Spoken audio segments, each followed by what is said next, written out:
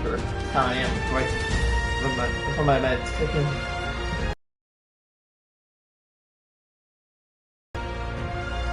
We're leveling up our trike in the swamp again. We're being a little bit more careful.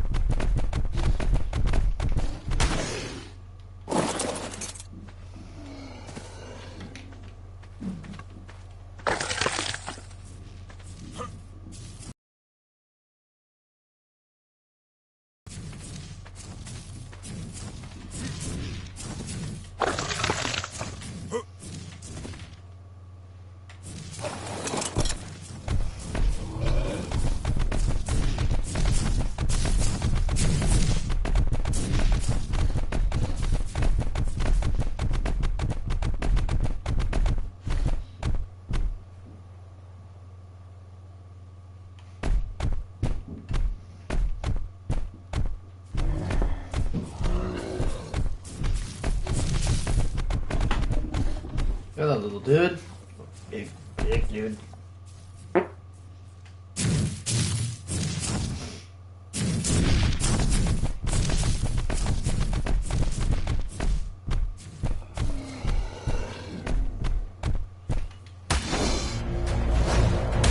That soundtrack was kick-ass. And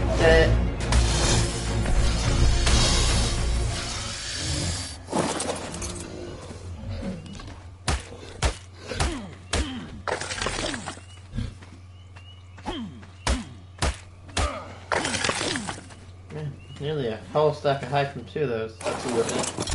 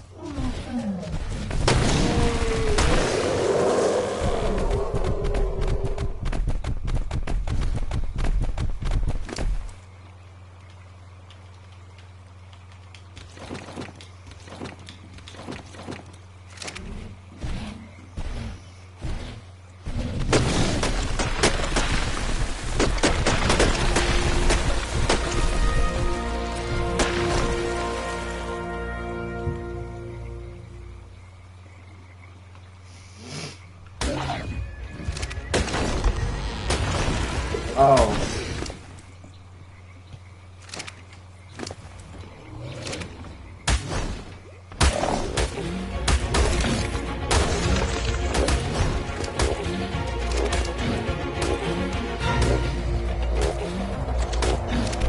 buddy. Should be want to be on ARK.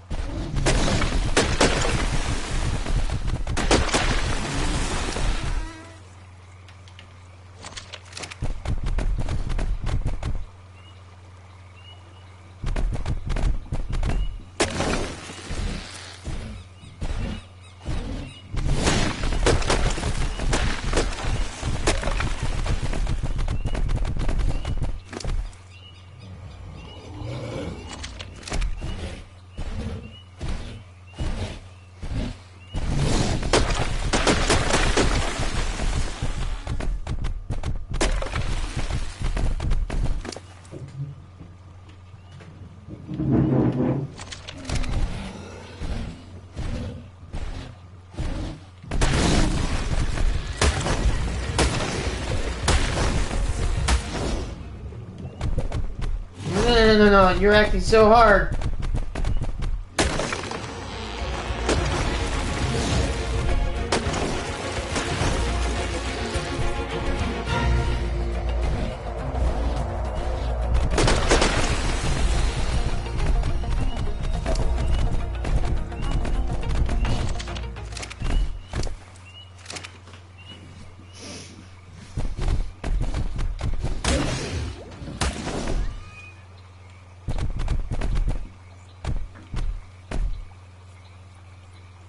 Do it!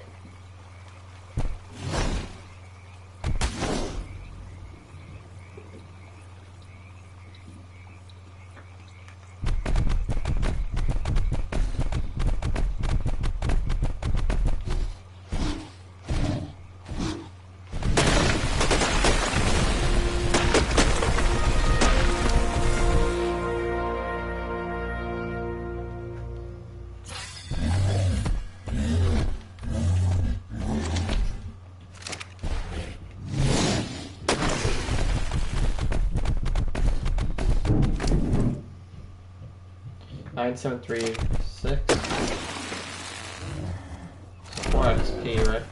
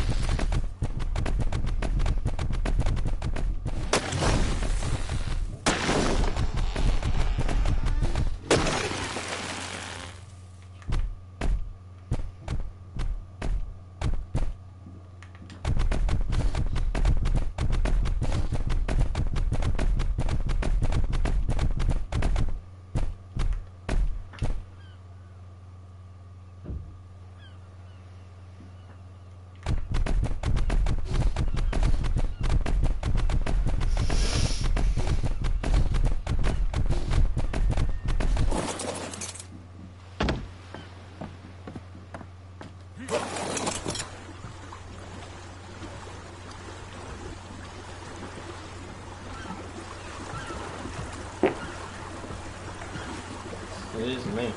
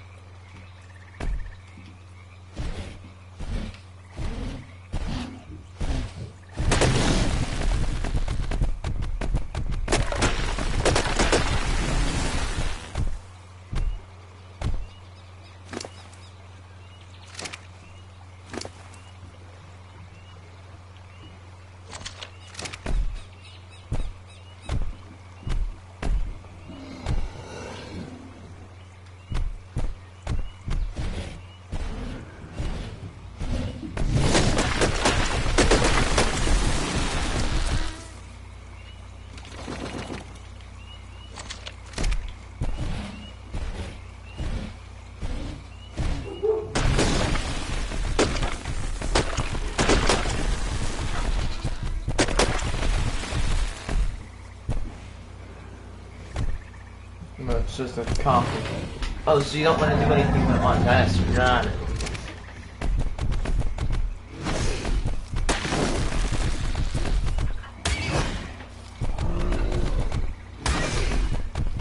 Imagine taming zombies. You can just step on them. Oh, if you gotta attack a compy in real life, all you gotta do is kick it, and he'll die.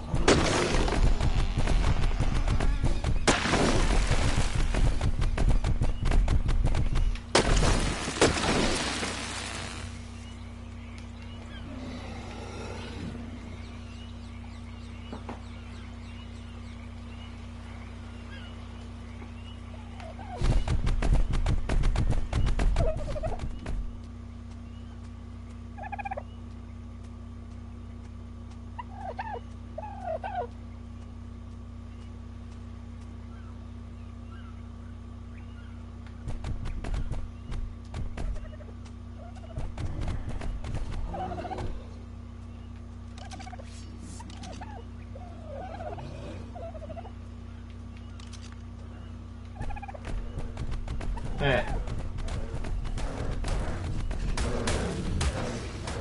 You killed me once. Now you die permanently. Die, loser. That's revenge, you dumb man baby. Yeah, hello. Mind wipe?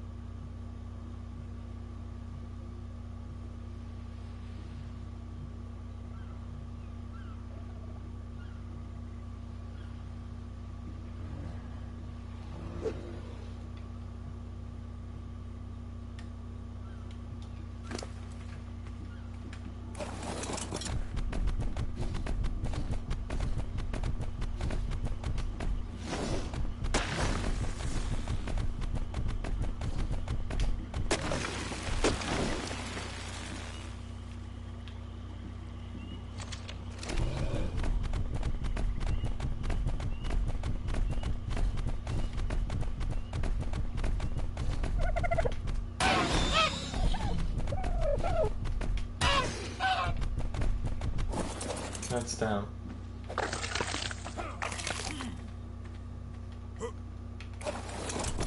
Yeah, good boy.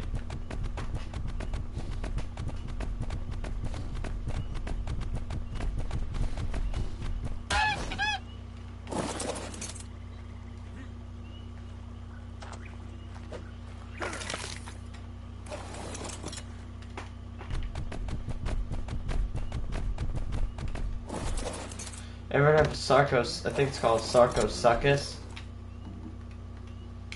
Basically, take a Florida alligator and put it on steroids. Replace. Or like.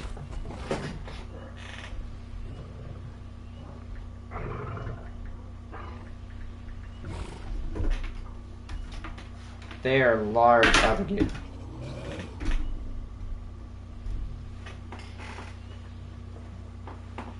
They used to weigh 3.45 to 4.3 metric tons. Yeah.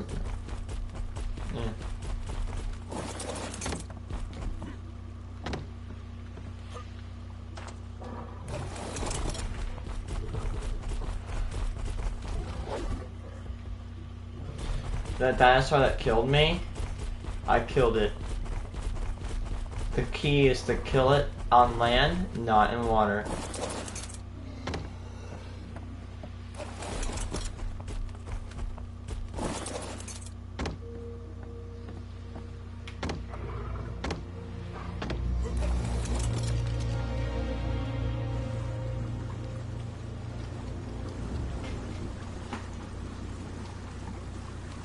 Book it over to home.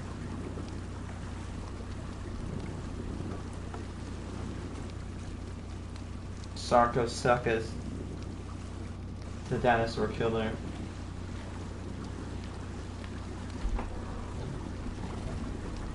And raspberries. No less is a fresh take on gin. A river monster who could take on dinosaurs and fish the size of great white sharks. Their cousins walk among us, but we're just beginning to understand them. A giant killer among giants. This is the Sarcosuchus. Sarcosuchus. Like these things are like 40 foot long. They are big. I'm Talia Loey Mary, and you're watching. Like if they lived in Florida, you'd have to carry an AR-15 wherever you went. There lived a creature that made even the dinosaurs tremble. The Sarcosuchus lived in the rivers of Gondwana, which later split into South America and Africa. This croc-like creature wasn't really a crocodilian, but belonged to a related clade called. Let's take a moment to talk about the saltwater crocodile. These behemoths can get up to 6 meters in length and weigh over 1,000 kilograms. They can catch and eat prey as large as gaurs and water buffaloes. They're the largest living reptiles on the planet today. But this modern giant would seem like a little lizard next to the mighty Sarcosuchus, who scientists believe could have been up to 12 meters long and weighed over 4,000 kilograms. Jesus. There still is. Imagine if our ancestors had to live beside those things, dude. Because there are no complete Be over. fossils of this ancient beast. You'd be walking, all of a sudden, instead of like being snapped by the leg, you're snapped by the body and ripped into shreds. But even the most conservative calculations put it at least 50% longer and 3 times heavier than the largest living crocodilians. The snout of a juvenile was over a meter long. Oh my and God. it was relatively narrow with a bump at the end, similar to the Indian gharial. Its shape tells us that they mostly fed on fish for the first several years of their lives. Narrow snouts are more hydrodynamic than broader ones, so it takes less force to rapidly open and close them underwater. Their prey is bitten and swallowed in the blink of an eye. As they got older, their snout got wider and their diet became more varied. This type of transformation is not seen in modern crocodilians, but supported a life where they started out eating fish and then would get big enough to catch prey outside of the water. Their eyes could only move up and down, so we can deduce that they would hang out near the shore, just waiting for the right moment to snap at whatever came their way. Their expanded menu included dinosaurs and other vertebrates, such as large turtles that ventured too close to the water. Catching dinosaurs was obviously a dangerous business, so to protect themselves, Sarcosuchus had a thick layer of bony scales all the way from their neck to the middle of their tails. It was a nightmare in shining armor. My goodness. Even though they could eat more things as adults, fish were still a viable option. One of their likely prey was a giant riverfish called Mawsonia, a coelacanth-like leviathan that could reach 6 meters in length, about the same size as Bruce from Jaws. Getting this big and deadly could take decades. And sometimes Nemo, we actually can tell same the thing, age maybe of a did a fossil reference. animal by cutting a thin section of their bone and counting the lines of arrested growth. Kind of like the growth rings you count on the inside of a tree trunk. These lines are formed when the animal's metabolism slows down dramatically, usually during the winter. So in effect, each line represents a year of age. A fossil of one Sarcosuchus individual, estimated to have died at 80% of its maximum potential size, was found to have been about 40 years old based on That's these pretty growth old for lines. think So for from this, crop. we can extrapolate that they reached their full monstrous size at about 60 years of age. There's still a lot left to learn about this magnificent species. We've only discovered a handful of fossils, but excavations are ongoing. Their fossils are mostly found in deserts in remote areas of North Africa. Some of the most recent discoveries took place in Tatooine, Tunisia, a place that was the shooting location for a famous desert planet in a somewhat popular space opera. It's wild to think that that area was once a lush forest. But hey, the Earth changes, and those changes are what make evolution happen. Thank God. Yeah, because Sarcosuchus, I think I watched a documentary on them. Another one that's scary that lives in the freaking swamp is a Titanoboa. Now, if you hate snakes, right? Now, the longest snake I think is like 12 foot, or like probably like 4 meters. This snake that lived, Titanoboa, is said to be 40 feet long. That is wider than my house. These bad boys could probably swallow a person whole in one bite. They are big ass snakes. They could probably kill an elephant today. Like, they are big snakes.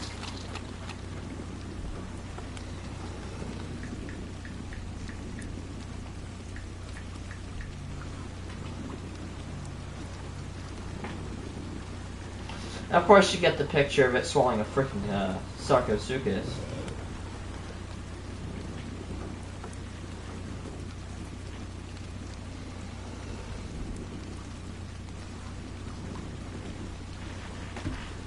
Titanoboa, this 42-foot long mega snake. I'm the team mascot. Boy, I love these ads. It's so funny. Oh, what a hit. And if you have cut-rate car insurance, the cost to cover that might tank your season. So get Allstate. We'll be better protected from mayhem, like me. This super-sized snake is the largest the world has ever seen. This gargantuan reptile was so long that it wouldn't have had any trouble wrapping itself around the belly of a blue whale. This is Titanoboa. Yeah, those are crackhead snakes. Dude, if you are afraid of snakes, you would probably rather kill yourself than go against a Titanoboa, because they're scary. On the snake block, You hate having snakes. only been discovered in 2009, but it's been making a big splash in paleontology circles ever since. Titanoboa was discovered in the Cerrejón coal mine in northeastern Colombia. That is where it gets the second half of its scientific name, Titanoboa cerrejonensis. And it certainly deserves the first half, as this snake was a true titan. Initially, the paleontologists studying the site didn't even recognize the vertebrae as snake bones since they were so large. Even they were shocked to find such a massive snake among the layers of coal. At a whopping 13 meters long and almost a meter wide, Titanoboa weighed over 1,100 A meter kilograms. wide? That's longer than a Tyrannosaurus rex, as wide as a doorway, and heavier than a walrus. Before Titanoboa, the largest snake ever discovered was Gigantopus garstini, a 7-meter-long serpent that lived in North Africa about 40 million years ago. But But at about twice its length, Titanoboa makes Gigantophis look like just a little guy in comparison. To give you an idea of how these two giants stack up against snakes today, the longest living snake is the reticulated python, which averages just over 6 meters long, or about the length of a short school bus. 18 Until foot? Titanoboa was discovered, herpetologists debated What a for crackhead. decades just how large a snake could theoretically get. Their best estimate was around 12 meters long, and Titanoboa at 13 meters long absolutely smashed everyone's expectations. Among the fossilized ribs and vertebrae that were found in the coal mine, about 30 individuals of Titanoboa were identified, including a complete skeleton and skull. The rocks in which they were found were dated about 60 million years old, from shortly after the mass extinction that killed off the dinosaurs. That makes Titanoboa the world's largest predator we know of for a period of over 30 million years, until the emergence of Megalodon 23 million years ago. You know, the massive 15-meter-long shark, everyone's favorite whale eater. Snakes like Titanoboa are blooded animal whose body temperature fluctuates. What do you call them? This means that they Megalodon? cannot regulate their own temperature and rely on thermal energy from the environment to power their metabolism. The body shape of poikilotherms, which are often flat like fish or elongated like snakes, helps them heat up and cool down quickly. The largest snakes today live around the equator because the higher temperatures allow for the development of bigger bodies. The further you get away from sweltering temperatures, the smaller the poikilotherms become. What? To determine Titanoboa's size, paleontologists took the relationship between the size of living snakes and their vertebrae and applied it to the ancient serpent. Paleontologists believe that Titanoboa had more than 250 vertebrae. So how did Titanoboa actually get this big? The growth strategy of other giant reptiles since the last mass extinction has been to extend the duration of their growth so that they keep growing for longer. One study suggests that Titanoboa not only spent more time growing than its ancestors, but was also growing faster, which would explain why this snake was able to get so big.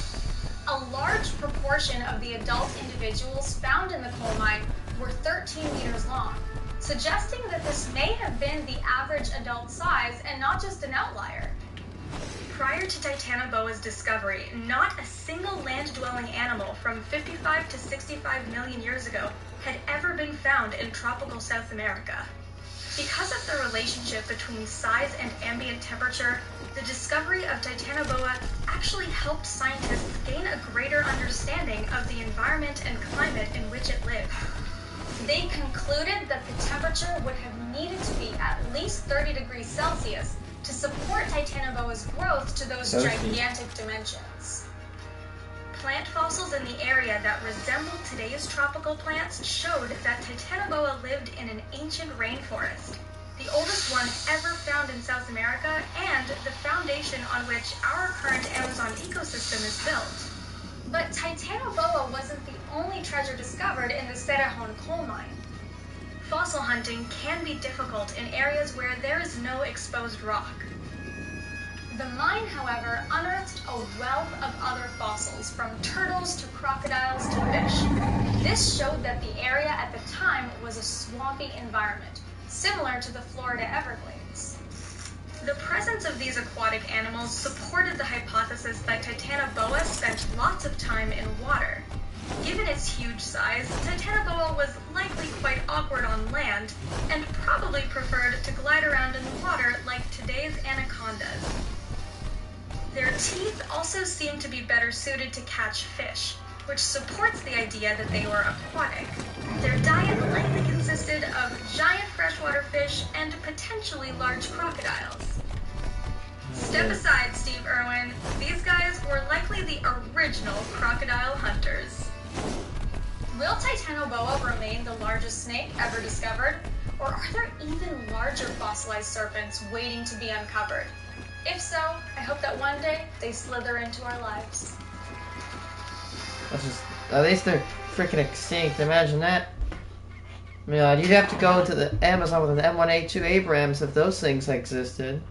Hell, that's a good question. Could a Titanoboa take out an M1A2 Abrams tank? Could it wrap around the tank and like destroy it? I don't know. I mean,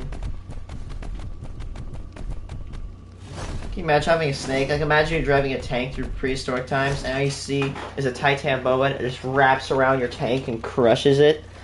I mean, I don't know if it could crush a tank, but it could wrap around one.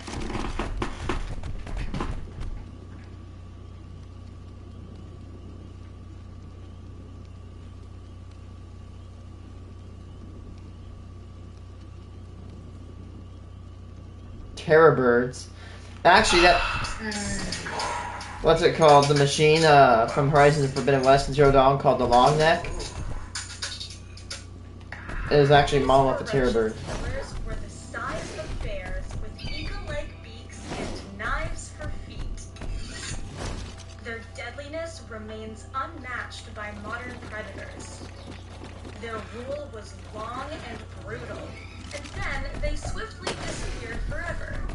These birds ruled over the age of terror. These are the terror birds.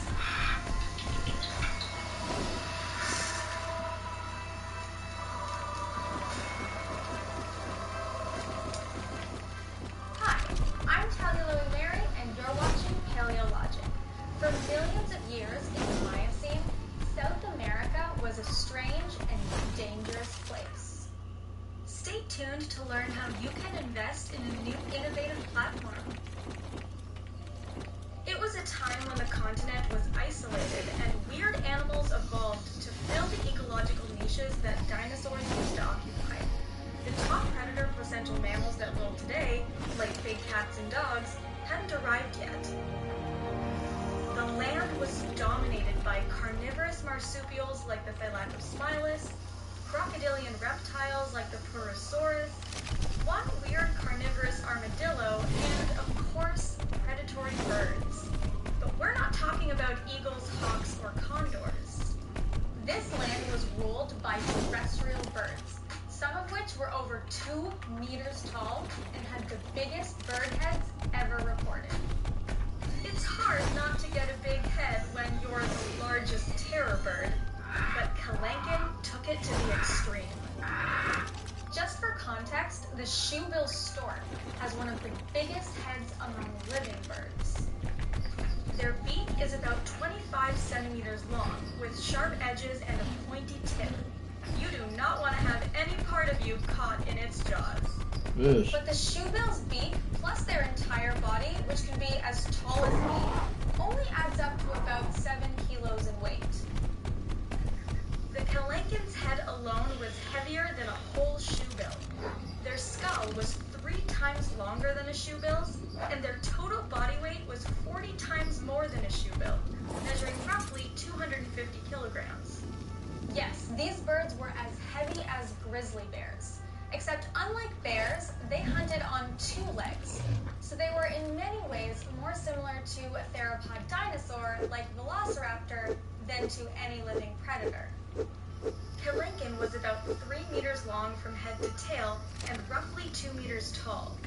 A single peck could probably split your head open, but we're not entirely sure if that's how they got their food.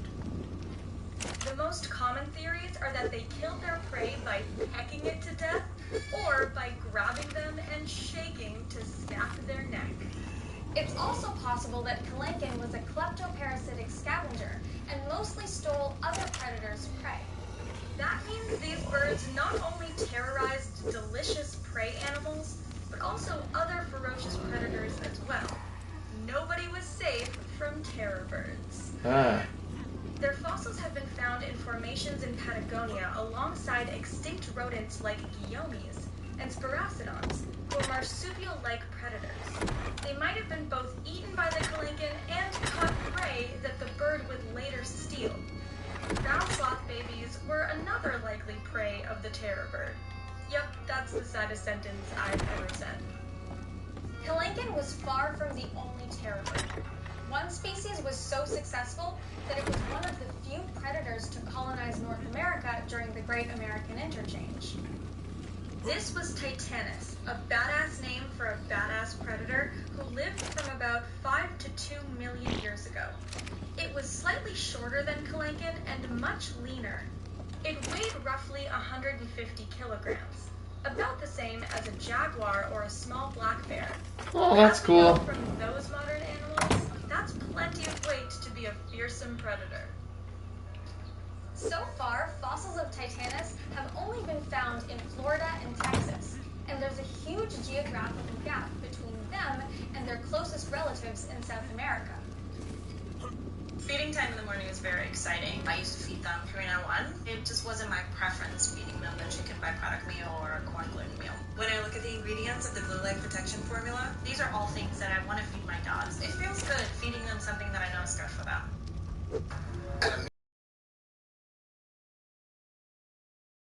Buffcraft! I'm gonna make tons of narcotic. 265 Arcana grow. Now I got a horde. That means that there were likely other terror bird species that exploited the rainforest habitats of Central America. We just haven't found them yet. That might be an interesting project if you're an emerging paleontologist. We just ask that if you find a new species, you name it Animalogico. Terror birds emerged shortly after the extinction of their ancestors, the dinosaurs, around 62 million years ago, and were at the top of the food chain for almost 60 million years. Siloteris, the youngest recorded species, lived until sometime between 80 and 6,000 years ago. Okay. Humans entered South America about 14,000 years ago. So if you're of South American descent, there's a decent chance your ancestors went head-to-head with a terror bird. I don't envy them. These birds could kill you before you even knew they were there. Terror birds were not only huge, they were also fast. Some species, such as Mesembryornis marti and Patagornis marti, could run upwards of 70 kilometers per hour. That's as fast as an ostrich. The difference is that ostriches evolved to run away from cheetahs, lions, and wild dogs, whereas terror birds could have hunted those big animals themselves. CT scans of terror bird skulls show that they were not likely to be huge biters. Their musculature wasn't meant to crush bone the way hyenas and crocodiles' jaws do.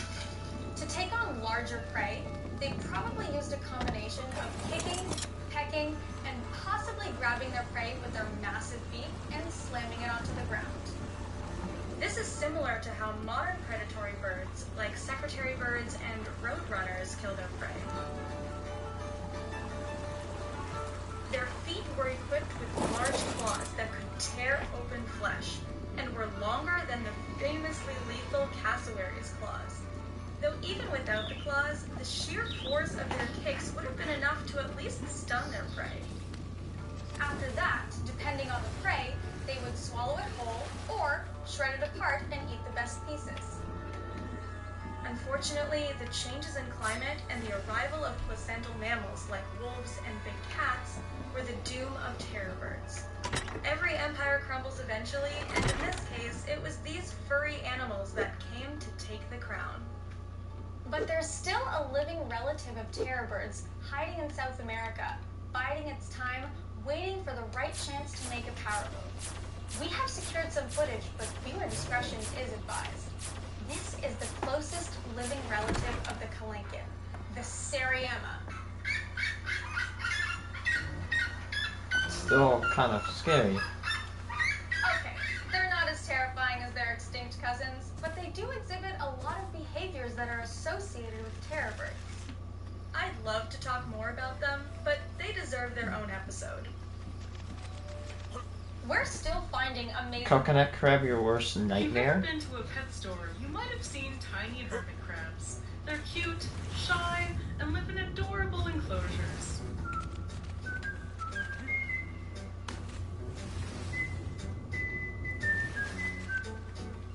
But not every hermit crab is that cute. In faraway, remote islands lives a hermit crab so That's a large big that even hermit Charles crab. Darwin called it monstrous. This is the coconut crab. That looks not fun. Hi, I'm Danielle Dufault, and you're watching Animal Logic. Coconut crabs, or robber crabs, get a bad reputation because they're humongous, they have gigantic claws, and they've been seen eating birds and kittens. Oh, that's just... But if you get past all that, they're actually amazing creatures. Coconut crabs are massive. With Beyond Natural Imagine Pet seeing Food, that thing. you can I get actually your saw nutrition a live with crab on nature the west coast. Beyond brings you options with natural, We even saw some dead and ones. sustainably sourced When they die, they turn ingredients into this, like this husk. for your pet. Learn more at It's like basically if your skin beyondpetfood.com. hollowed out, but solidified. Vaccinated with Prevnar 20. So am I. And I'm not They're actually looks kind of spooky. They can have a lifespan of over 1 Jesus. meter and weigh over 4 kilograms. 8 pounds. They're the largest land invertebrate on Earth, and they might have actually reached the current physiological size limit for arthropods. Back in the day, there used to be larger land arthropods, such as the fearsome arthropleura, which grew to be 2.5 meters long. But as oxygen levels in the air dropped, their large bodies became unsustainable, as they're not as good at absorbing oxygen as vertebrates. Coconut crabs are the biggest land arthropods that we have, but if you want to see them, you might have to travel far. They're found on islands in the South Pacific and the Indian Ocean, with large populations living on Christmas Island and the Cook Islands. Their distribution aligns nicely with the distribution of the coconut palm, even though coconuts aren't their only food source. They are surprisingly You have a great higher chance of dying climbers from a and often coconut climb falling the from a palm tree trees than to grab getting struck by coconuts. lightning.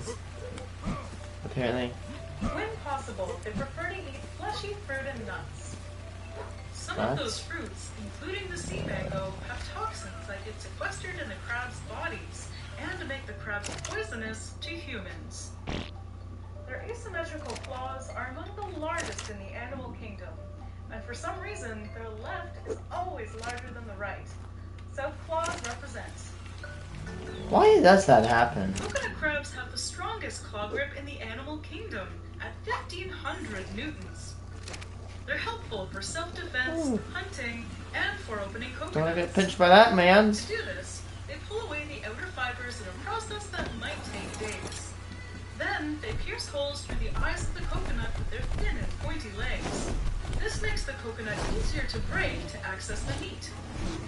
Coconuts are so important to them that in areas without coconuts, they're about half the size of coconut crabs from areas that have coconuts. Though mostly vegetarian, coconut crabs will eat anything they can get their claws on. Carrion, rats, birds, and other live animals are consumed when they're available. For mid-sized coconut crabs, their only predators are humans and larger coconut crabs. In one particularly gruesome case, a coconut crab was observed eating a red-footed booby. The crab was observed climbing a tree in the middle of the night. It approached a sleeping red-footed booby and grabbed it by What? the wing, That's a breaking thing? its bone. This caused the bird to fall to the ground. The crab followed it and grabbed the other wing, also breaking it. The smell of blood attracted 20 other coconut crabs. Oh my Who god. proceeded to have booby for dinner.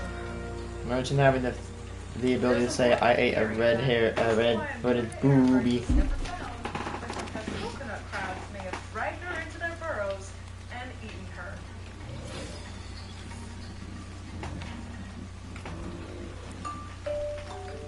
Their sense of smell on land is very advanced compared to other crustaceans, and they have convergently evolved an olfactory system similar to insects, with antennae full of chemoreceptors. Their antennae help them find food, but also help them find potential Valentine's Day dates, which for them is between May and September. Males deposit a spermatophore on the abdomen of the female.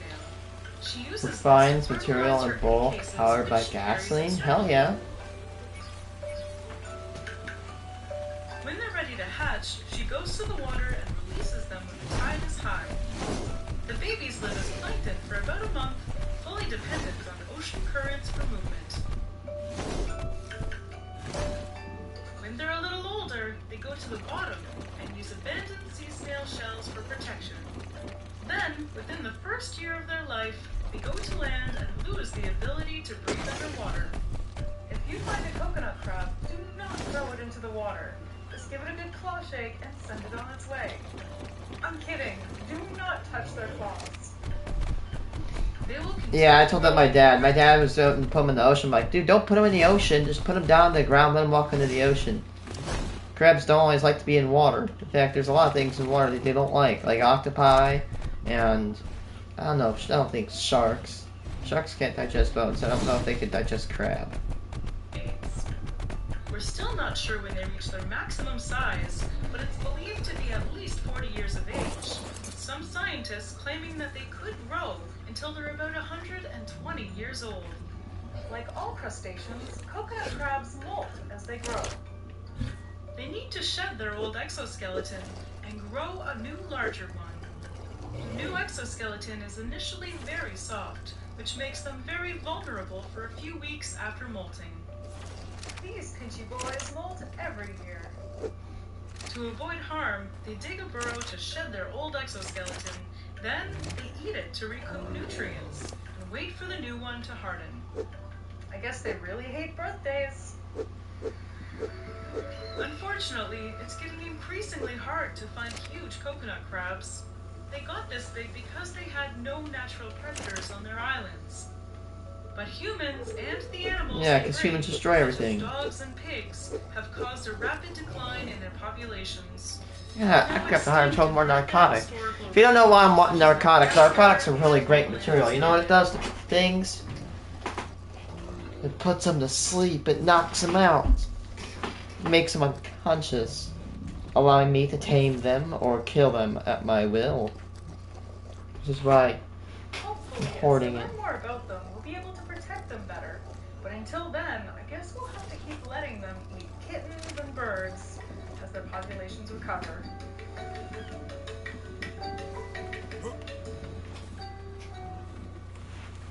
Collaboration with Undone Watches. I never dreamed Tasmanian that devils becomes a have no right of being this cute. Subaru and Okay, let me tell you a thing about Tasmanian devils. Hey, fun little miniature story. I have an aunt, and one night, she adopted a cat. And this cat, I mean, well, you probably know it. This cat was named Taz. Now, oh, that's a cute little name. Okay, why did she name this cat Taz?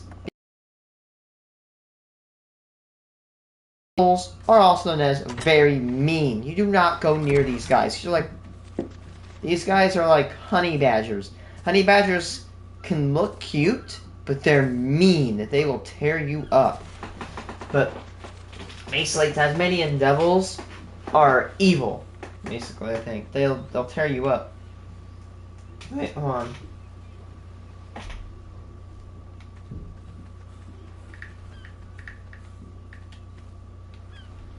You have to have one on trikes, right? Or triceratops. Ow! Ow, ow, ow, ow, ow, ow. Excuse me. You're the yeah. Trikes, Staphylococcus all dinosaurs, Triceratops, back. Tyrannosaurus Rex is the most awesome creature that has ever lived in the history of the planet. The powerful jaws of Tyrannosaurus. Apparently they swallow. Bite down with Actually, you know what's surprising? T-Rexes, I think, I studied them, they live to be like 30 to 40 years old. Which is, like, you wouldn't think that they would die very young. We can live older to be around to old day T-Rex.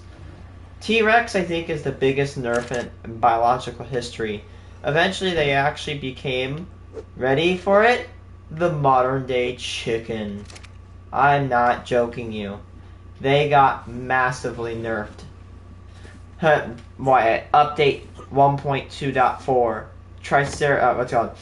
T-Rex nerfed, turned into modern day chicken. Chicken wings and chicken tenders now added. I had to make a joke. Pounds of force, twice the power of a saltwater croc. But the herbivores T-Rex hunts do more than just play defense. They bite back. If there's an animal whose scent would frighten the T-Rex. It's Triceratops. It represents what happens when you evolve something that can stand up to the power of Tyrannosaurus Rex. Triceratops is the most dangerous dinosaur, probably the most dangerous animal ever to have evolved on land. This plantigrade is a hulking, four-legged creature. 26 feet long, 10 feet high, weighing 6 tons. Triceratops is an amazing animal simply because of this absolute Armored. Big, massive body with a big gut. So, you know, we're talking of an animal that's maybe 4 or 5 tons. A Triceratops is half as tall as a T-Rex, yet it weighs about the same. The difference is how that weight is distributed. Its back legs are straight like a rhino. Its front legs splay out like a lizard. This design pushes its center of gravity toward the business end, its head. A head that weighs 1,000 pounds. The bottom line, when a Triceratops digs in, it's not going anywhere. This bulldozer is built for a direct frontal attack. That's why I love trikes. This powerful head and shoulders protect a body covered in a hide so soft, a T-Rex could slice right through. Triceratops had this wonderful protective thing on the front of its head. It's got a frill that protects its neck, one of the most vulnerable places on the animal. The frill is solid bone, 6 times thicker than a human skull. Oh my god. To foil an opponent, it's strongest at the edges. This frill forms an almost impenetrable shield, one able to repel the most powerful jaws the Earth has ever known. The frill, the bone, over the neck is that thick. It's in several layers. And it's a composite armor. On top would be a thick layer. That's why trikes are cool. So they have this armor. As long as you can take anything from the front in this game, you can almost kill just about anything. Triceratops is heavily armed and heavily armored and can kill you. For a Triceratops, power is everything. Sometimes they even take on members of their own species in a battle for dominance. This bruiser's primary weapon, a pair of 4-foot-long horns mounted on its skull. These horns make those of modern creatures look lightweight. A rhino's horn is made of hair. An elephant tusk of ivory. But Triceratops' horn is constructed of solid bone growing directly out of the skull. Their horns, a foot wide at the base, are able to withstand up to 36,000 pounds of force. That's strong enough to rip through the body of a car. Jeez. It is, but it comes at you. And it can move left, and it can move right, and can swing those brow horns and the nose horn at you in a great sphere of aggression. A single blow from those horns could kill you. There's a reason Triceratops became the most successful plant eater of the Cretaceous. And why a predator thinks twice before attacking. Or an ARK, they'll just kill you no matter what. Hunting is that the hunter is often more worried about their own welfare. They're actually concerned about injuring themselves in that process. Any predator puts its life at risk every time it hunts. Even things like T-Rex. A carnivore trying to bring down a defender like this relies on a stealth approach, a surprise attack, and a whole lot of guts. One could imagine that the conflict between Tyrannosaurus and Triceratops may have been one of the greatest combats that nature has ever had.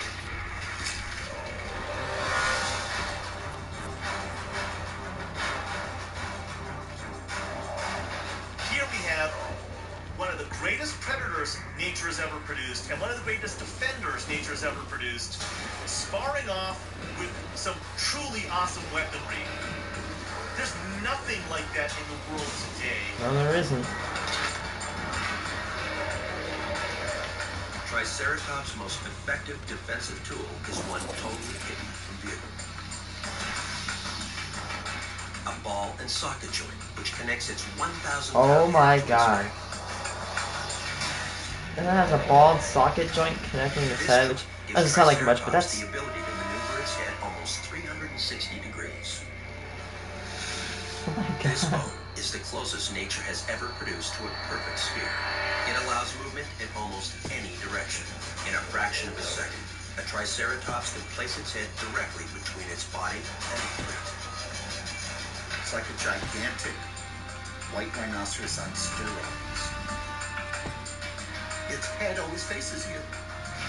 This unique adaptation, this flexibility and maneuverability, is not found on any other dinosaur or on any mammal today.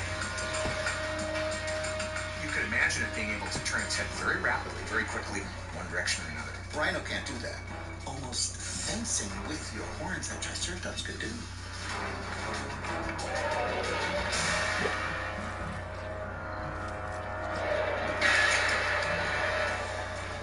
The result, quite possibly a fatal blow. On average, Triceratops killed T-Rex. Major mortality factor in T-Rex populations was this tank, this herbivorous tank. They are tanks. Because in ARK, if you are in like a dinosaur the size or smaller than a trike that's reasonably statted out, you're going to lose. Like it's a given. Again, I have to say this. I know it's a game, but I mean, I guess they're kind of right there because a T-Rex tried to attack my camp once, and at like the same place I went to, and it got murked. I mean, this thing got whooped. It didn't even last a chance against this T-Rex. Like before I could even get my response out and actually start killing the T-Rex, it died. Didn't last that long. I have to leave at like 11:30.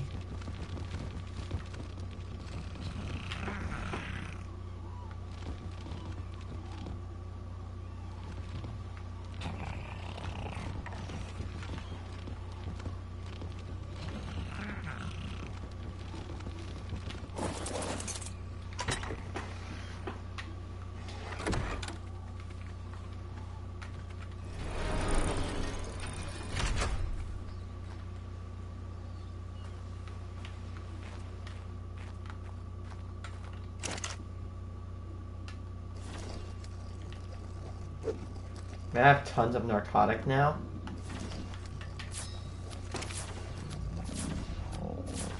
I have tons of narcotic. Because that stuff's able to knock out creatures, then I can tame them. You know what? Okay, it's stupid. I'm almost thinking about taking on the mighty, the strong, the feared T-Rex. If it's a low-level T-Rex, I could take it on probably easily right now. I could probably even tame one. I don't want to get way too ambitious, but theoretically, that is possible with my current technology. I mean, I have good trank arrows, I have good speed. If that goes wrong, I have a trike to back me up.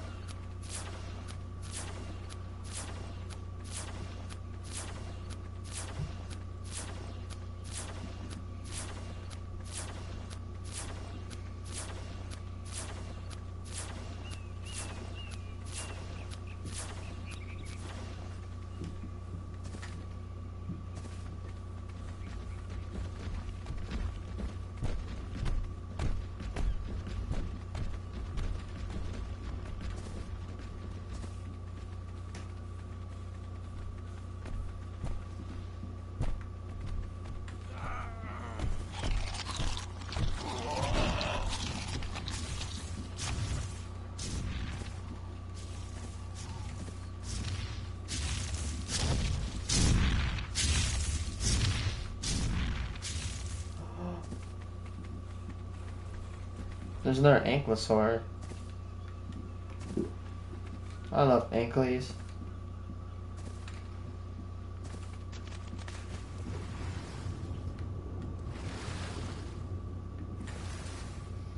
The good thing about this island is that I think the only just to say I think the only bad thing about this island is that it is next that there are some megalodons that tend to spawn near it. But if you're smart enough, you can easily outmaneuver them. But I think the worst thing about this island is that it is going to be a little bit far from your destinations. But I think that's a reasonable trade for safety. And last night I murdered like freaking 10 trilobites in a day.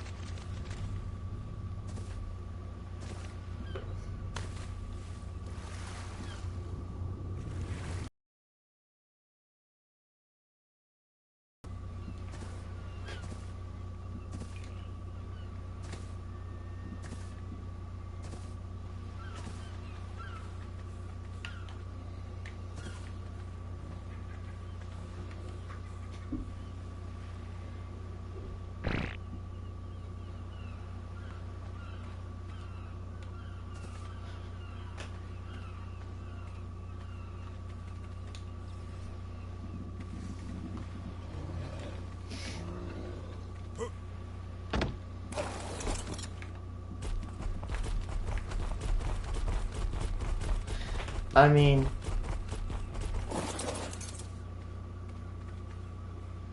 theoretically, it is possible. You know what I mean?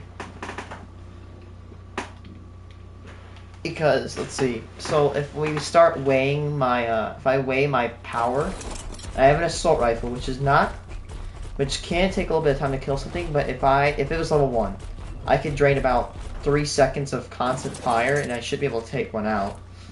Or if I do that, I have taken out, what's it called? When I say that my trike has taken out T-Rex before, I was not riding the trike. You see, as I said before, if you're smart enough in this game, you can literally what's it called? Almost stun lock or stagger lock enemies. So they'll try to go towards you and they'll try to hit you, but if you hit them right before they hit you while they're going towards you, you can literally just stun lock them and they can't do anything towards you. It's funny. I was really wanting to find another trike so I could tame it.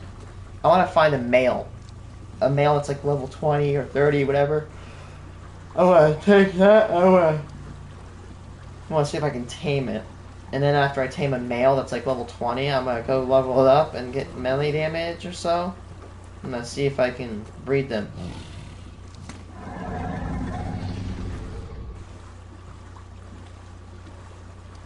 There's just a unicorn prancing around. I'm gonna go see if I can knock it out. Yeah, it's like one of the most rarest.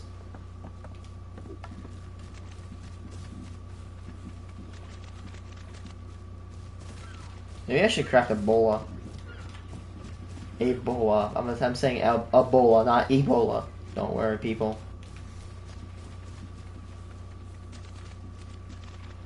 Yeah, I'm gonna put my numbers on the fact that it could probably be taken up by Ebola. Really? Wow, one shot with a trank arrow. Female copy and dead. Oh, actually, thank you for the hide, loser.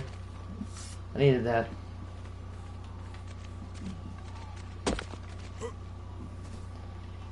We're gonna craft Ebola and tame this unicorn.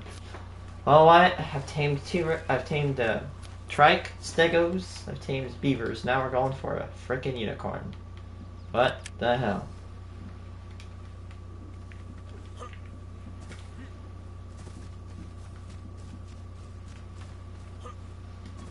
You a girl or a boy? Let's see. You are. Whoa, you're fast.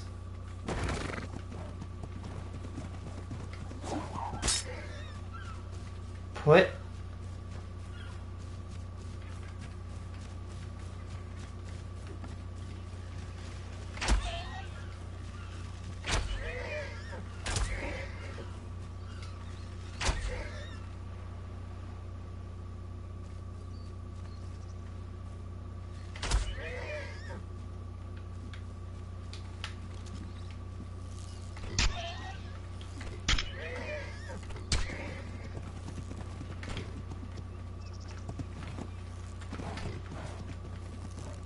Whoa.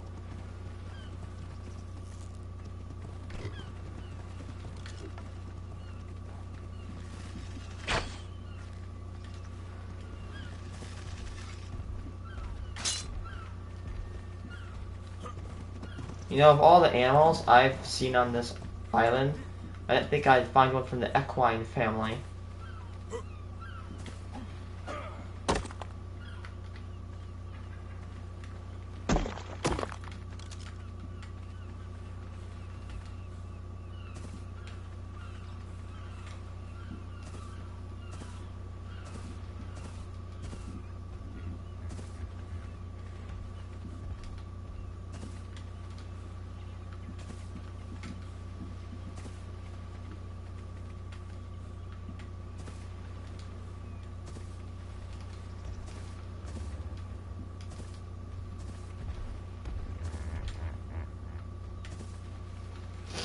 I just ate that dude's dust.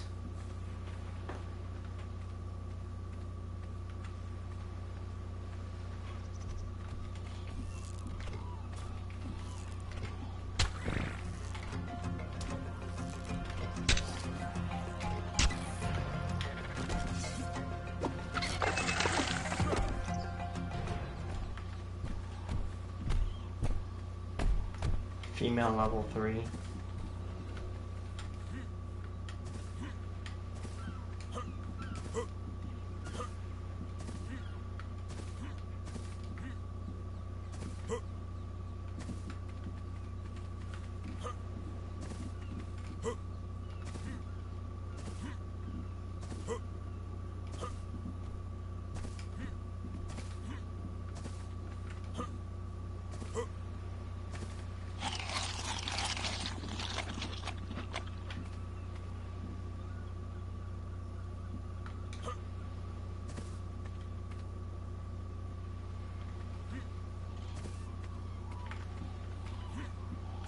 Did that unicorn get knocked out?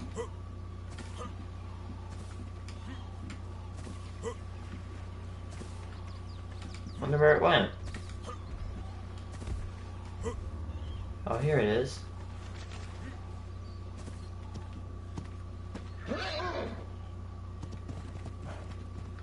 How do you tame them? I'm gonna...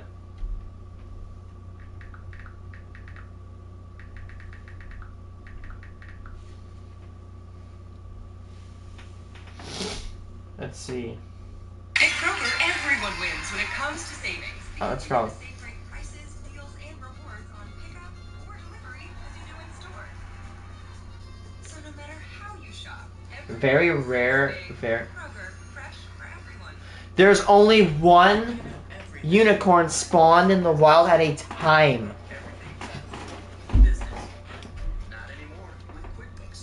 Dude, that... So this is the only one on this island right now.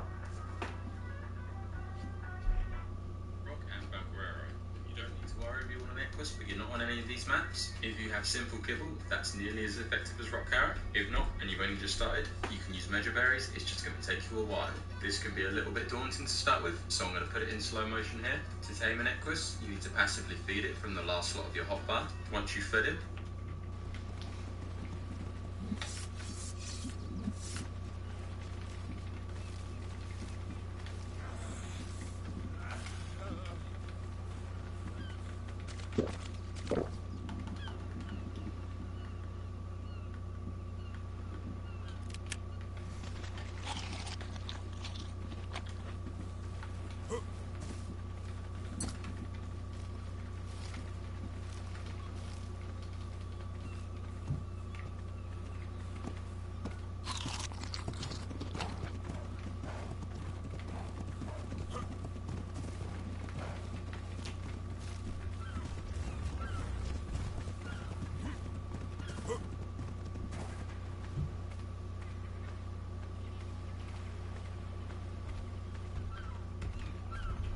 to go full cowboy and jump on his back. As soon as you're on his back, you need to just focus on the bottom right hand side of the screen. It will tell you to feed him again and soothe him and calm him down. So this means when you first jump on the equus, you're going to be pressing the feed button 3 times. This is now the dangerous part. The equus will just run around randomly.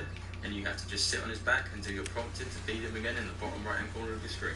This is normally okay, but if you get unlucky, the Equus could run into a predator or run off a cliff.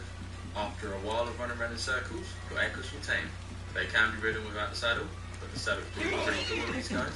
In addition to this, once they have a saddle equipped in their inventory, it will act as a pestle and mortar. As well as their primary fighting attack, chase it over they can here. also use a kick as a secondary attack. This kick deals torpor damage. This is on a freshly tamed Equus against a level 50 trike, and it knocks it out almost straight away. This is obviously incredibly effective early game. As you can see here, these guys are very timid, and if you get up close and don't feed them quick enough, they'll just run away. Furthermore, if you jump on these guys and you don't press it again, and it bucks you off, he will kick you in the face and knock you out. There is a rare chance that a unicorn can spawn in place of an Equus. These guys are all exactly the same, they just look much cooler. Beware though, if you're riding around on one of these, people are going to want to kill it. They also have quite a big list of things that will have a reduction of weight inside their inventory. On top of all this, they're also very good at harvesting berries, just adding to their effectiveness early game. This has been How to Tame an Equus in Under a Minute. See you in the next one.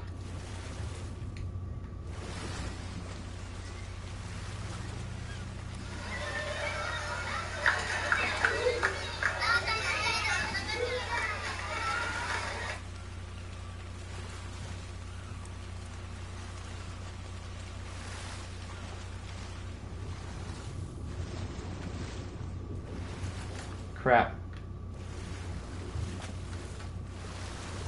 Darn it, why is it now? Oh man, now it's swimming in circles in the water.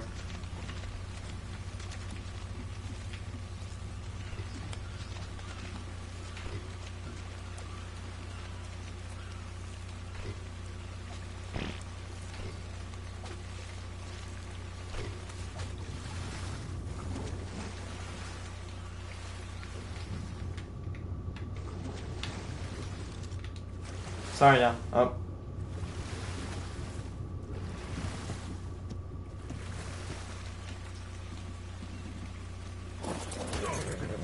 Ow!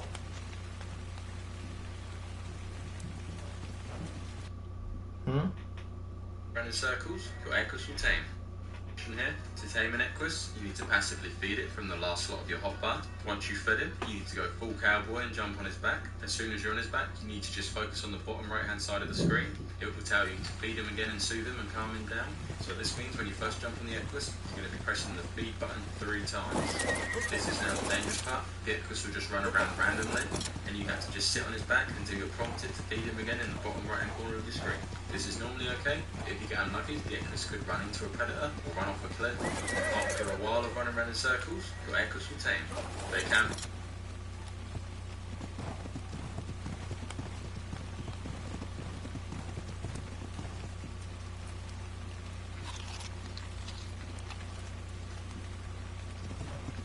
Ah! Ow! Don't do that! That's mean!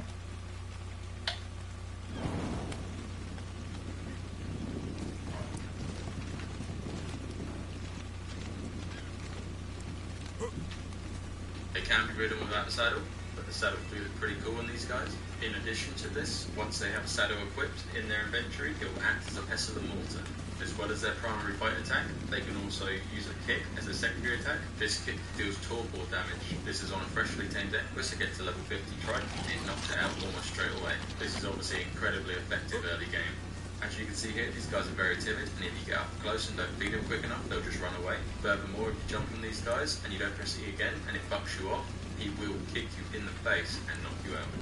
There is a rare chance that a unicorn can spawn in place of an Equus. These guys are all exactly the same, they just look much cooler. Beware though, if you're riding around on one of these, people are going to want to kill it. They also have quite a big list of things that will have a reduction of weight inside their inventory. On top of all this, they're also very good at harvesting berries, just adding to their effectiveness early. How do I feed it? How do I feed it? This has been How to Tame an Equus in Under a Minute.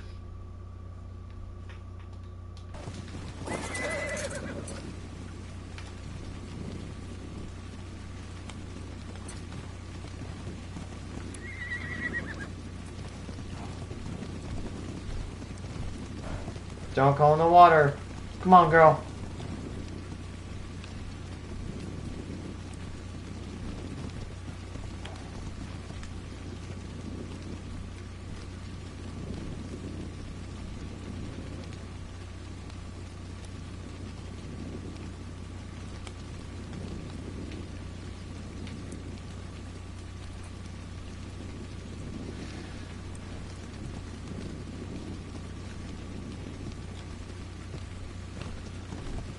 It won't tame.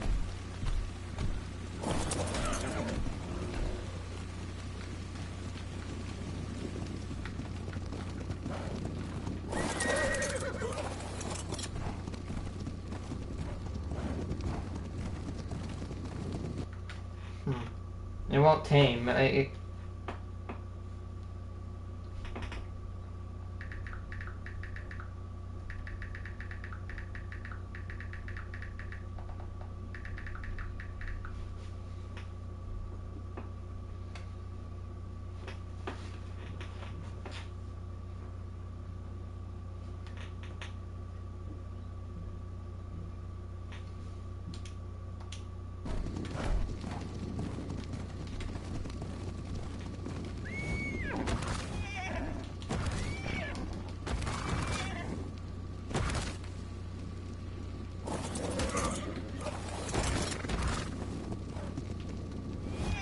Use what to feed Aqueous?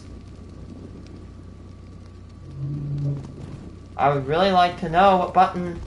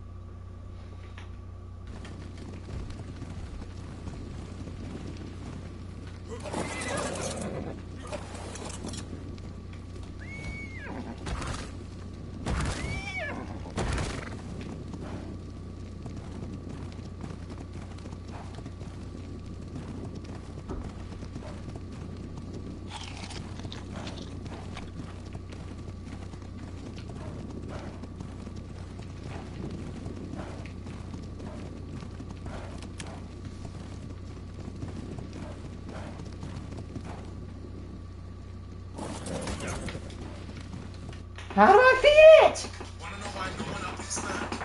I know it's like feed, but I don't know what to feed it. The Equus is a passive tank, meaning you're not going to be using tranks to knock it out. To tame, followed by rock hares. If you don't have kibbles or vegetables already, I would hold off on taming an Equus because using measure berries is a very long process. The Equus is a bit of a difficult tame if you don't know how to approach the taming process. We're going to go over the easy way to tame one and the harder way to tame one. Luckily, the Equus is a relatively small creature, meaning it can be carried by most flyers. The RG, Quetzal, and Wyverns are all capable of picking up and carrying the Equus. Using a set of ghillie armor will also make this easier, because if you aren't fast enough, you will spook the Equus and it will run away. But I'm playing on Aberration, a map that doesn't allow flyers. Not to worry, there is another way to tame an Equus that doesn't involve flyers at all. This is the harder way I was referring to earlier.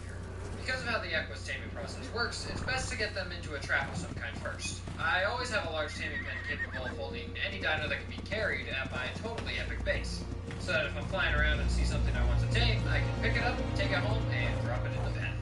Flying around on the flap, the fastest bird alive, you have to press the same button you press to mount it to feed it again. Then the Equus will run around chaotically trying to get you off its bed. Whenever it stops to kick, feed it again. Keep repeating the process until the Equus is tamed. If you fail to keep the Equus while it's kicking, you will fall off and the Equus will lose a lot of taming effect.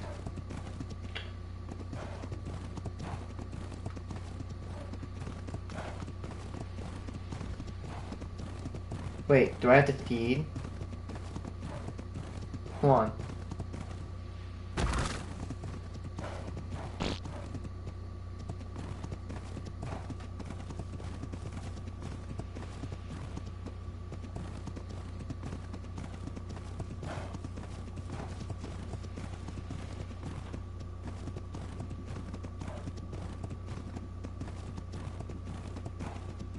Oh my God, stop going over there!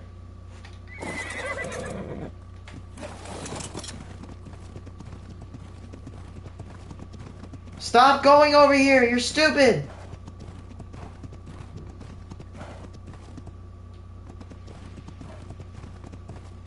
No, stop! You're dumb!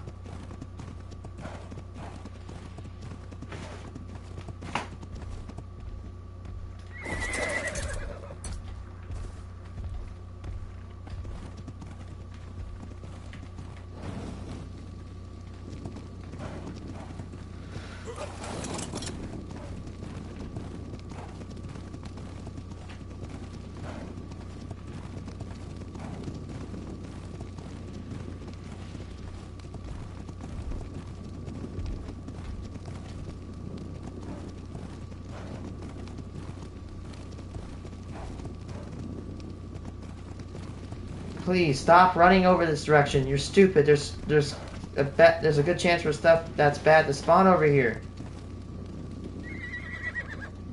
Oh!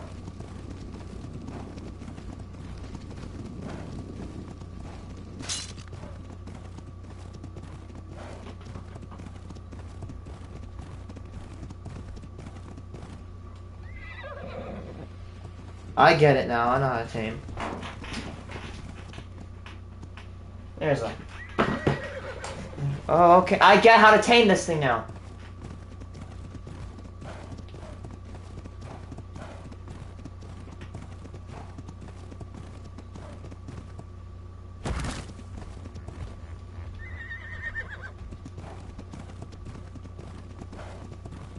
Oh my god. Yes, keep running in this direction.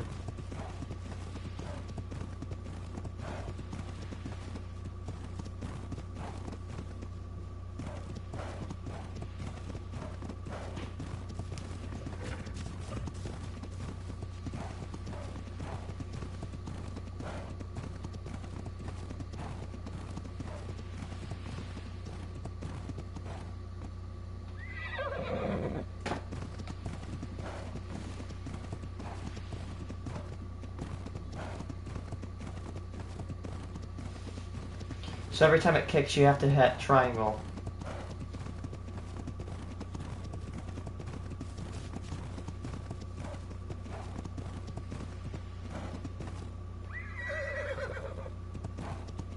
%. Imagine if it just gets stuck in this tree and I can just farm it easily.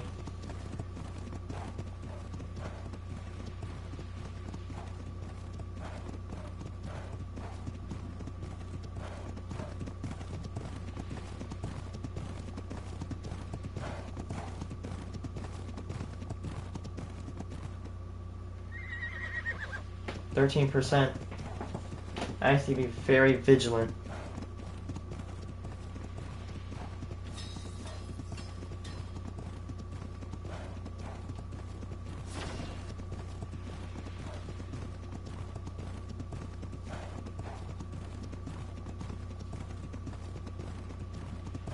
Oh man, it's unstuck.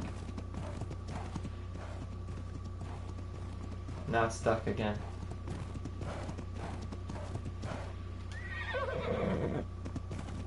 Yeah, see, look, I'm not trying to hurt you. I just want to have you as a pet, because you're rare as hell. I'm going to warn you, if you run into a predator-prone area, I'm leaving you to die, alright?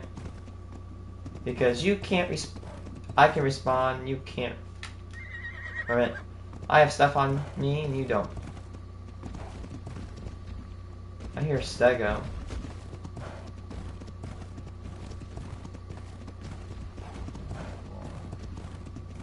If I ever have a new playthrough and I do this again, I'm boxing it up. Maybe.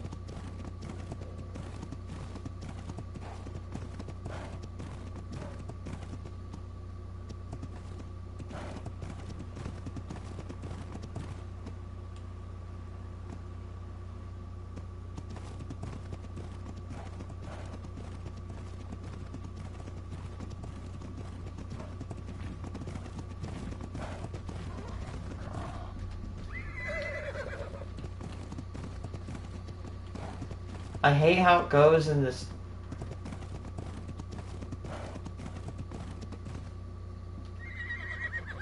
%.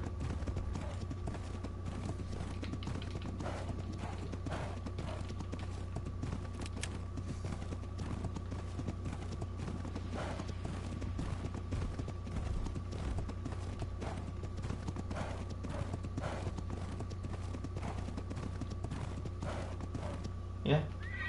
You know how you were running in circles just a second ago? Can you do that? Just don't run in circles.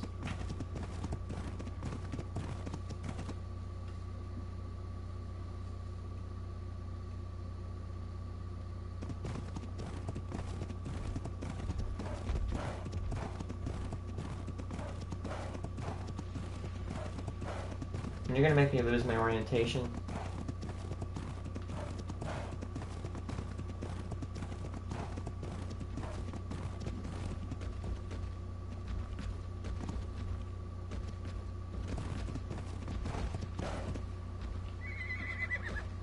20%. 22% now. This is gonna take a while, but who cares? I'm gonna try it. There's only one of these things, and it can be snatched. Oh my god, Parasaur? Keep doing that. Do that. Yes! Oh, nope. Now he's gonna go for... Here he goes.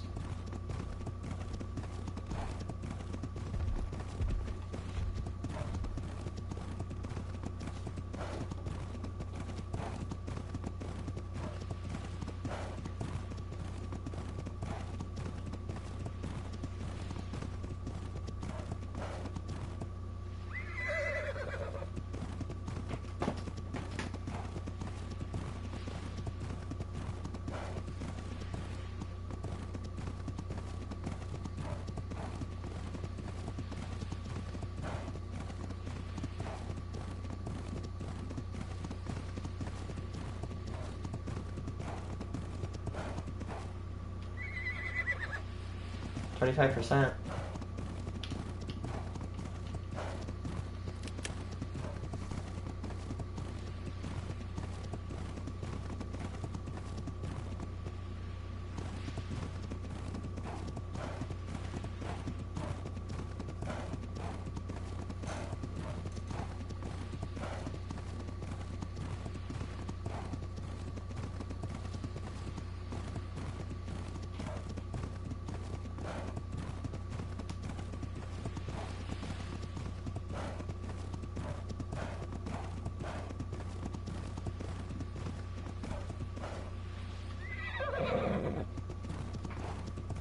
'Do horses eat berries in real life? I know they can eat like apples, they can eat a ton of things. I don't know. I wonder if they should be able to eat berries.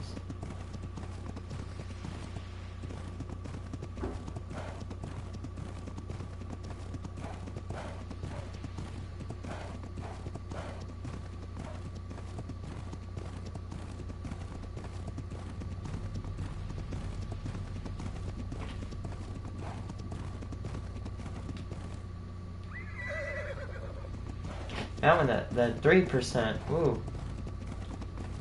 30. I'm at 30%. And of course, if you're wondering, yeah, I need to get to 100%, and I tamed this bad boy. I wonder if taming a T-Rex is better, or is easier to do. At least probably with the T-Rex, you don't have to. I almost missed that one. At least the T-Rex, you can just knock it out, or a Trek, you can knock it out. But this one, like, it runs, and it could run into an area that has predators or anything in it. I'm pretty sure this is really close to where we started.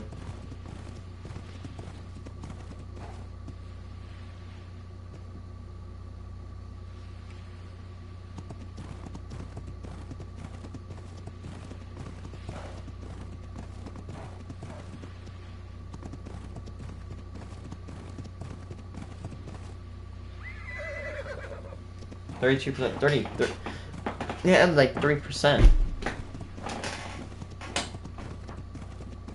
And it says if it knocks me off, it's gonna lose a good amount of taming percentage.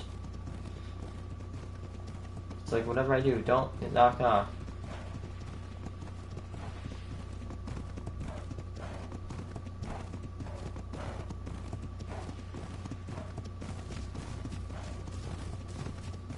It's stuck on an animal again.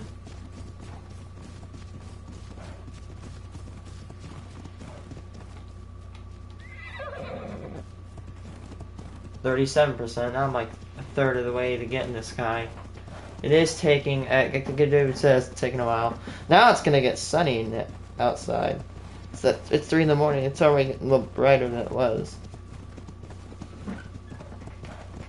Sun starts to rise at like 3.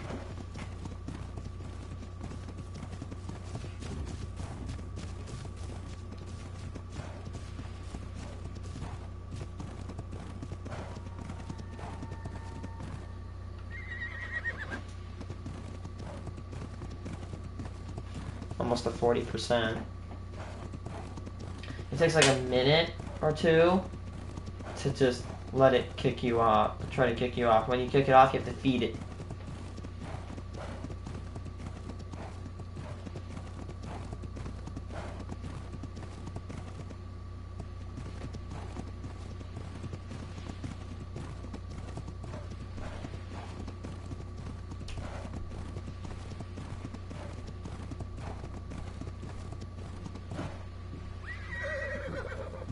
42%.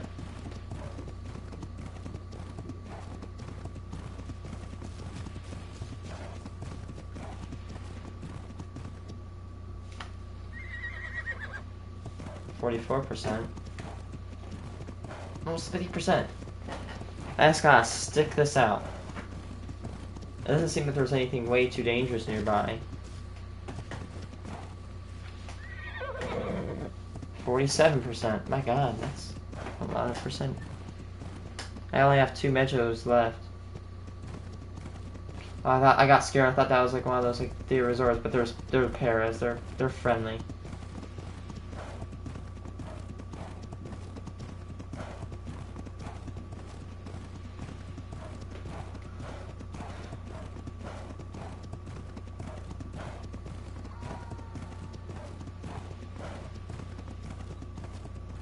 Oh my god, it's on top of a rock.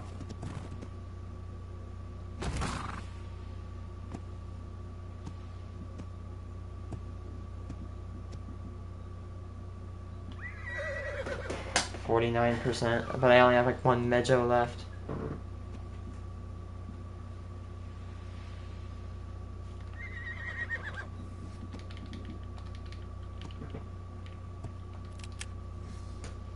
%, now.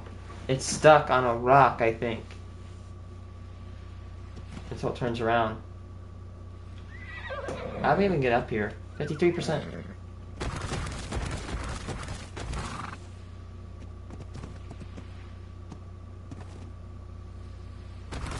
Careful there.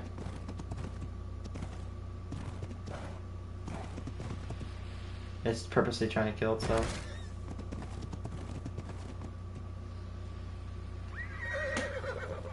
What? Are you kidding me? It just reset down to 1%? No, I'm getting off this thing. I'm gonna get...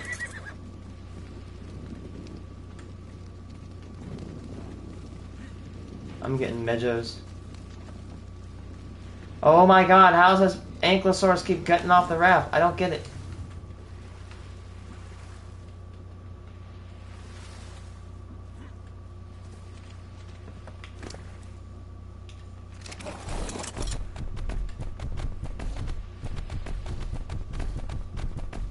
Alright. I'm gonna go find that.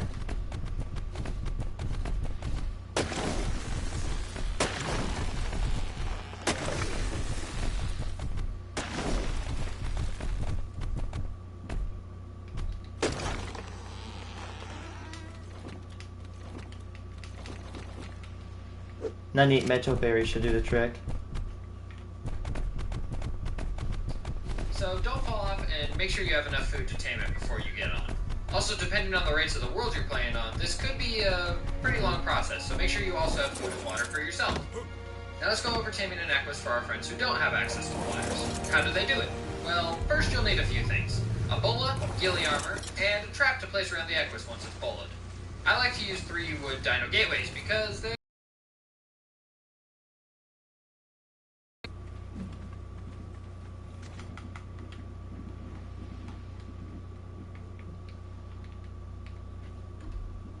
very quick to place, so I can get them down before the Equus escapes the bola.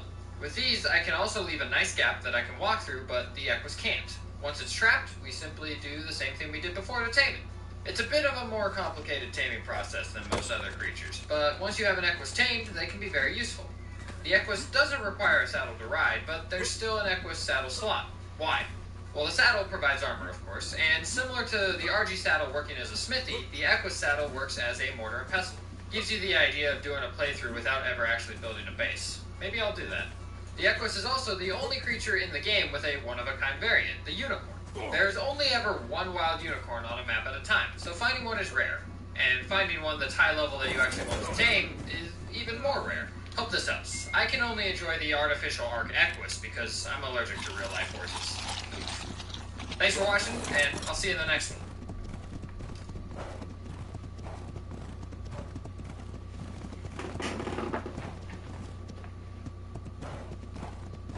Come on, throw me off.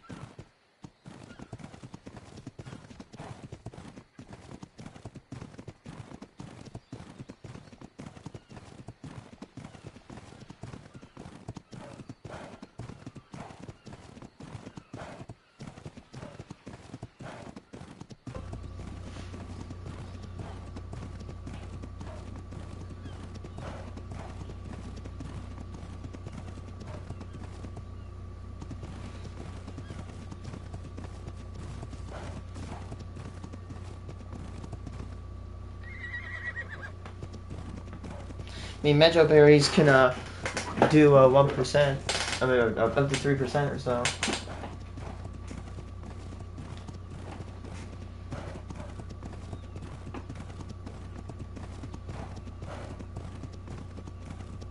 Don't go on these rocks. You're gonna kill yourself.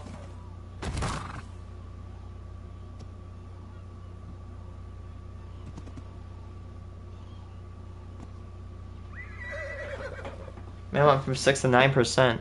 Ooh, 6, 9. It gets stuck again.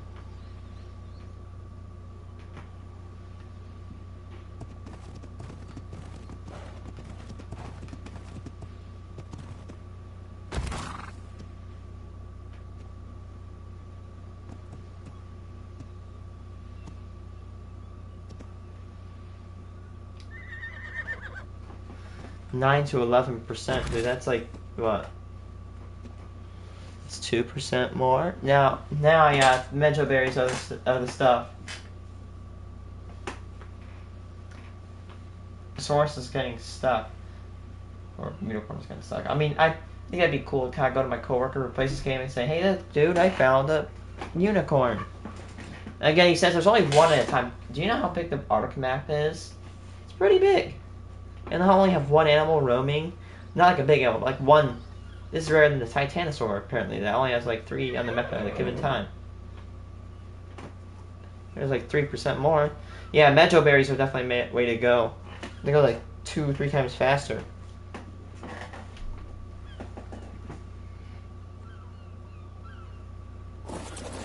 Damn it!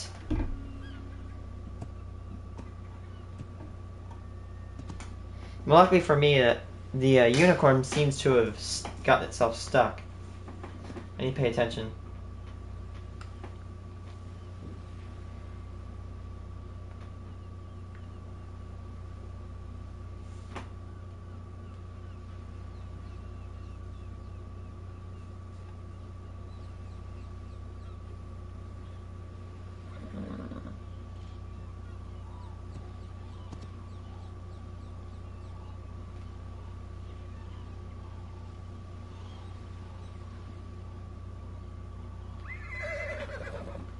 %. I went down 10% from like 12, I think, but yeah, 13% now. Like 1/8 of the way there, almost. Yeah, 15% now. It's stuck on a rock now. I think I might have just gotten lucky. It's not going to want to move left because of the water. Oh, there it goes. It freed itself. Is it going to seriously go back in the same spot again?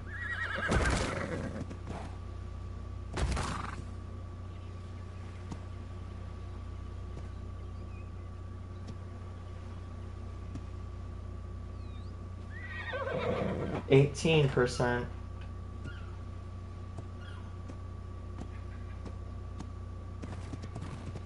Come on, horse. Come on, horse. Come on, horse. Come on, horse. Come on, horse.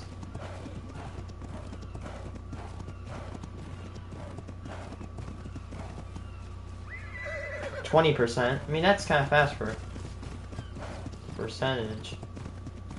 Way faster than using the stupid other types of berries.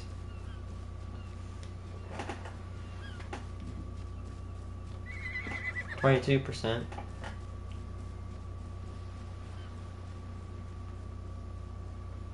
He's moving, but he's stuck. But can we just stay still, dude? I'm not trying to hurt you.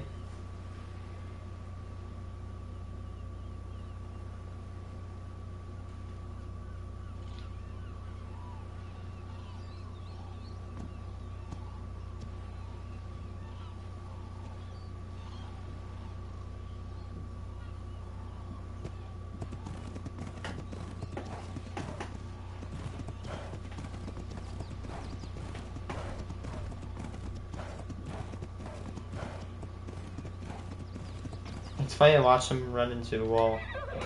25%. Yeah, quarter of the way there.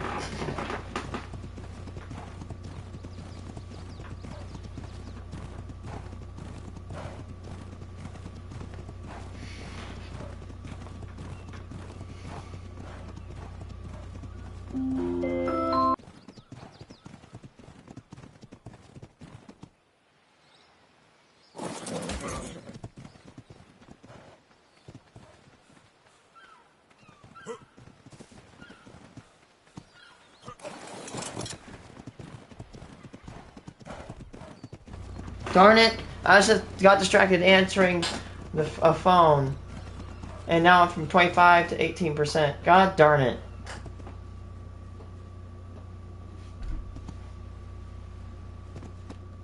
You know what? I'm gonna save and quit here. Yeah, I'm probably not gonna be on for a long time today. I might go for the rest of the day without playing, but yeah.